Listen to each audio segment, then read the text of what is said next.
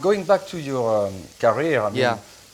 at one point you go to London and it's that for fashion. Well, I moved to London when I was 17. I sort of started to explore this city and loving people and being inspired by new women that were coming into my life. I love London. Yeah, I miss it. Because it was the first place that I was totally independent. So that inspire you ultimately when you, because for us, for instance, for chefs, we are inspired by our surroundings. Absolutely. Obviously, right? Does it translate into fashion as well? Absolutely. You know, I think what I found in London, London, I think, a big part of its fashion heritage and style is from nostalgia for the 20s and 30s. So inspiration in a fashion world, in a culinary world, is key. If you want to create, you have to be inspired. After your internship, how did you really start to have your own name? I was making clothing. I would make clothing for my sister, for my girlfriends. Sort of word of mouth started. One day, I had gone to a party with a friend of mine, and the New York Times called. The New York Times called. And said, we want to do a story about seeing this dress.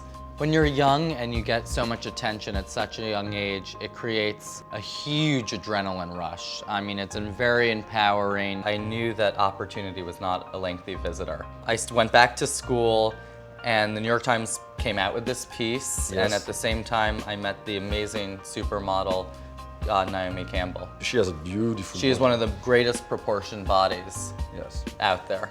Women are something that are very personal to me, and finding the muses that come into my life are usually women that take me by surprise.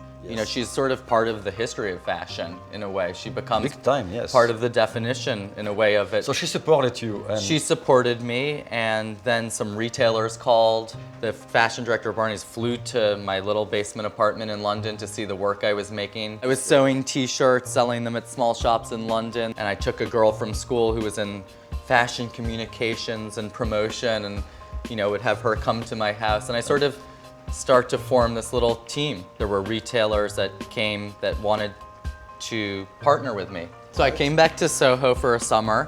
At this point there was sort of some major press that had happened, and I was doing photo shoots. And at the same time, another store called Henry Bendel's. First a junior buyer, then the fashion director was coming. And they said, well, we want to buy this. But these were the things that were left over from London. I didn't have any funds. There was no way to buy the fabrics.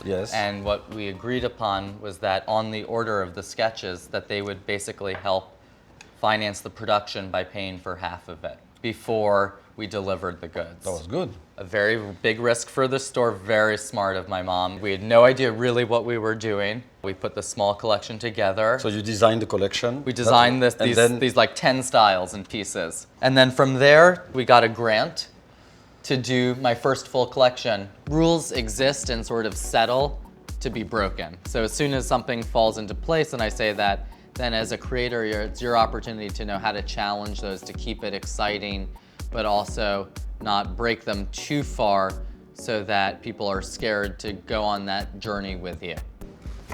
I'll let you cut it. Okay. We're gonna bake them? We're gonna bake them. Okay.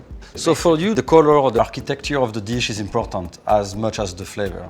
I think so. I mean, I feel like maybe because I'm a fashion designer, I have a responsibility to make the dish that I make look good as much as I can. So salt, pepper? Salt, pepper, a little olive oil. Yeah, and then that's going to be broiled. That's going to be broiled. Okay, so we're going to put it in the oven? Yes. I put it on a broiler, and I have to keep an eye on it because sometimes, what we're going to do to that goes fast. We make a slight reduction sauce. So we're going to start this one. Exactly. What do you need to reduce the orange juice? I reduce the orange juice with the miso. We have some red miso and orange juice right here. It's always fun to discover new people's kitchens. Isn't it? I love it. Whenever you go into a friend's house and before they're there early in the morning, it's my only voyeuristic thing is with kitchens. I like to explore inside and see what's going on. Everything. I'm going to keep an eye on the rice while you do that. Absolutely. You can add a little sugar to that. I think we'll be okay today with the natural flavor. We're gonna keep it really healthy. Yeah. Why not? Healthy is not really a problem for me. So you have your company for how long now? I've had my company for about 11 and a half years, almost 12 years. So you started super young. Yeah. So he's 32 years old. he has accomplished so much already. I mean, it's unbelievable. All the awards he won, and he's a genius in many ways. I met the amazing editor of American Vogue, Anna Wintour, who was supported you incredibly tremendously, supportive, yes. and it was an amazing dialogue, and she gave incredible advice and a huge push. But your day is divided in what? Part of the morning you design, or you are your own CEO?